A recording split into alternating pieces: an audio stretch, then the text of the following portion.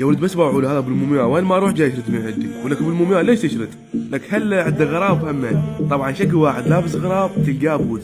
يا ولد طبعا صار عندي تحدي هذا بالغراب وبالمومياء، اذا اكلت له 15 دولار هذا المقطع اكسب لور لبن الناصريه اوكي؟ لين صار هواي ما كانت لي واحد ابو غراب.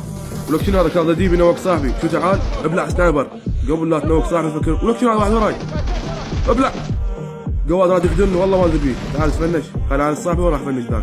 تعال تولف ليش تقدر صاحبي بالديبي؟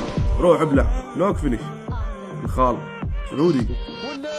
ولك هذا نوك صاحبي ملويه هو هذا بالمومياء وبالغراب. تعال باشك والله تعال جاي وينه؟ ولك هذا قبالي وش؟ تعال عمك تعال ابلع ملويه. ها جاهز صاحبي ملويه؟